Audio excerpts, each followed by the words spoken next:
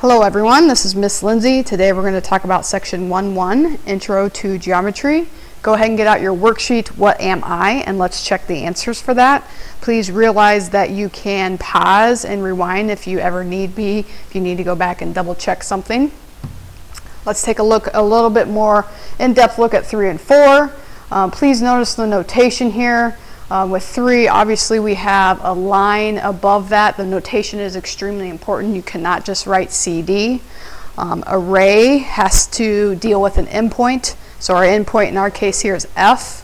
We have a little ray above the 2 letters, and F must be the first one whenever you're talking about that specific diagram there because our endpoint is F. Number 5, now we're talking about an angle, and the vertex is important here. In our first example, J is our vertex, so that must be the middle letter when you're talking about naming an angle with 3 letters. Notice you never name an angle with 2 letters, it's always 3. You can name it with 1 if the diagram allows for it. For example, if you look all the way over here to the right where we're talking about which one is angle B, we are not allowed to use angle B because that is confusing. There's actually 3 angles in this diagram. You have angle 2, angle 3, and then we can identify the larger angle as angle either KBM or angle MBK, again because the vertex is B. Now let's talk about intersection and union. Let's first talk about it in terms of algebra, a little review from last year. A set is a collection of elements, so we have 6 sets here, I, E, O, A, B, and C.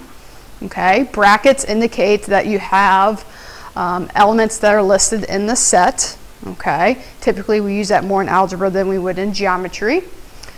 We also have what we call the null set.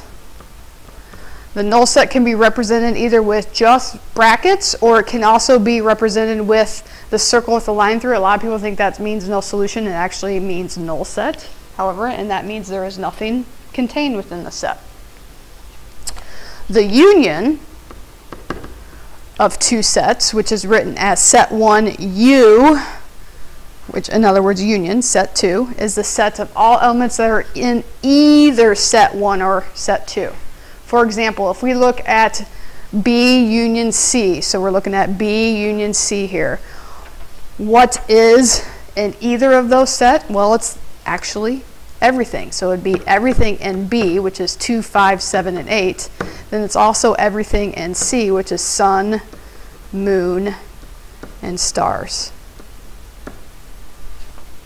So if we take a look at A union B, what is in all that? Again, put everything in A that is in B. Notice everything in B is already contained in A.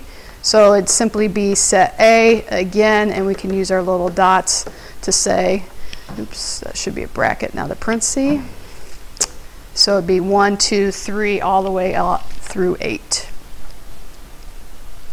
The intersection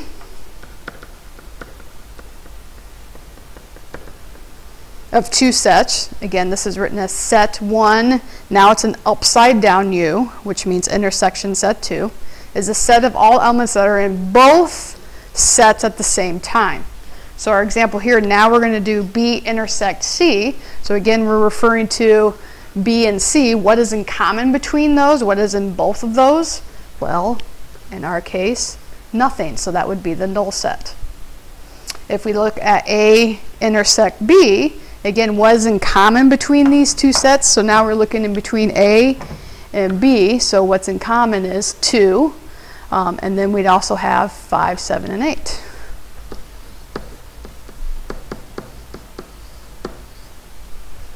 Now let's go ahead and refer to intersection and union, dealing with a geometry problem.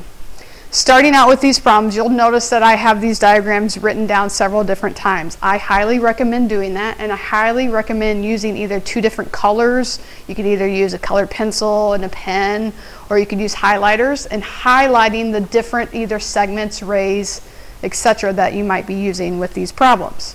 So let's take a look at number 1. So here I have ray AB. So again, the endpoint is A, so I need to start there at A. And it's going through B. It's not stopping at B because it's a ray. So I'm going to draw that all the way off my diagram. Next, I'm going to take and highlight ray BC. Again, now B is my endpoint, and it's going to go through C. So again, I'm going to go all the way off my diagram. And you'll notice I have two different colors on here. So when we're referring to union, what I like to say is that we need to combine, or in other words, weld the colors together. So whatever you see that's blue and red, I'm going to put those two colors together, and that would form ray AC. Putting those two together.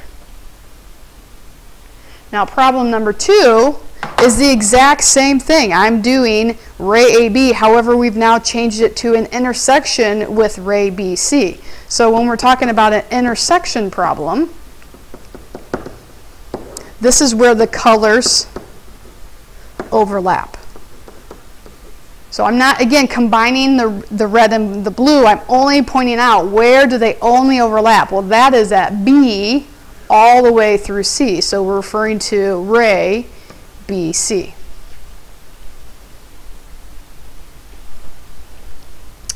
Moving on to 3 and 4. So again, let's go ahead and highlight these.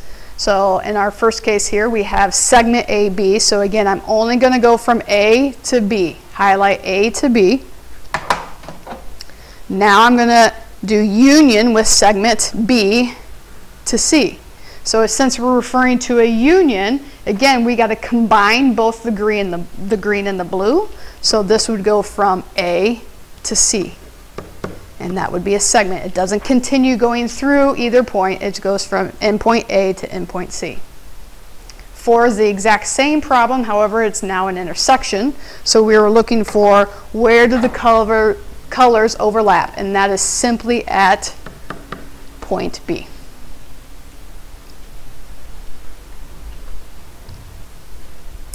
Five and 6, again, dealing with the same rays. One's an intersection, one's a union. So highlighting for number 5, we have ray BA. So starting at endpoint B, and it goes through A. So I'll draw that all the way off my diagram.